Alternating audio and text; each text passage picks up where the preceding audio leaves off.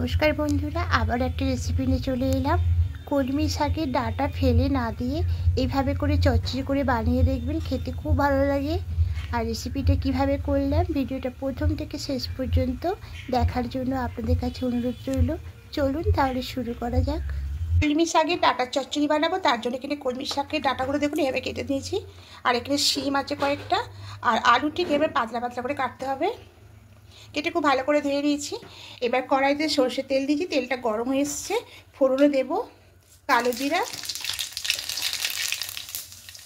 এবার দেবো পেঁয়াজ কুচি,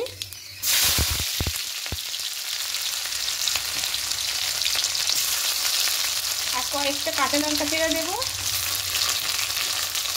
আর টমেটো দেবো।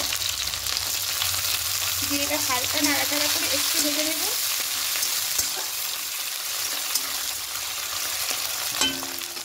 এদিকে একটা মশলা পেস্ট করে নেব মিক্সির জারের মধ্যে। 1 চামচ কালো সর্ষে নেব আর 1 চামচ সাদা সর্ষে নেব। নিয়ে সামান্য একটু জল দিয়ে মিহি একটা পেস্ট করে নেব। ভাজা হয়ে গেছে, টমেটোগুলো নরম হয়ে গেছে। এবার এখানে সবজিগুলো সব একসঙ্গে দিয়ে দেবো।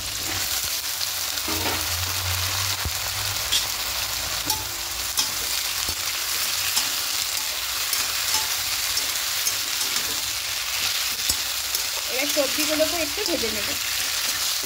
কলমি শাকের ডাঁটাগুলো না ফেলে দিয়ে এইভাবে করে রান্না করে দেখবেন, খেতে ভালোই লাগে। এবার এগুলো হালকা করে একটু ভেজে নিতে ভাজা ভাজা হয়ে এসেছে। এবার এখানে দেবো হলুদ গুঁড়ো আর দেবো লবণ। এবার দিয়ে খুব ভালো করে মিশিয়ে নেব।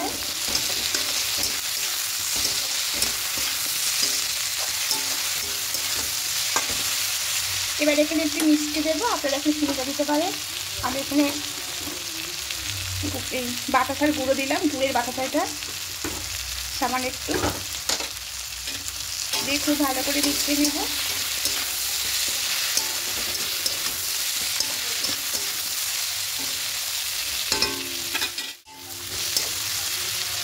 এবার যে সরষেটা পেস্ট করেছিলাম মিক্সিতে এটা দিয়ে দেবো।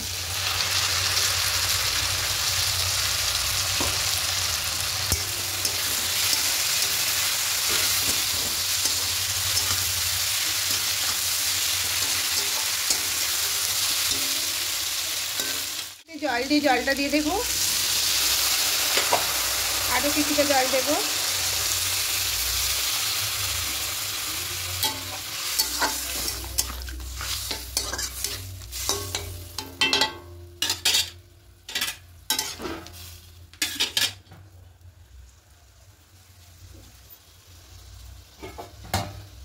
এবার ঢাকা দিয়ে কিছুক্ষণ রেখে দেবো। খুলে নেব।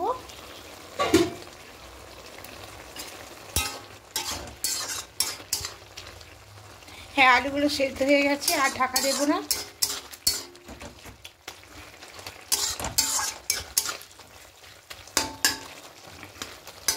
এরকম করে একটু রেখে দেবো, ঝোলটা আরেকটা আছে, আর একটুখানি শুকনো হোক। একদম হয়ে গেছে শুকনো শুকনো। এবার গ্যাসটা অফ করে এটা নামিয়ে নেব।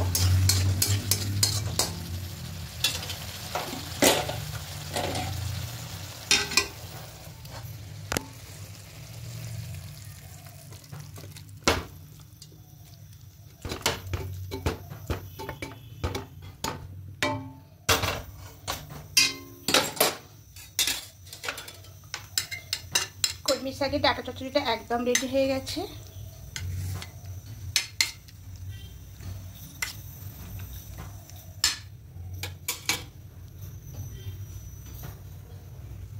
এইভাবে বানিয়ে দেখবেন বন্ধুরা, খেতে খুব ভালো লাগে।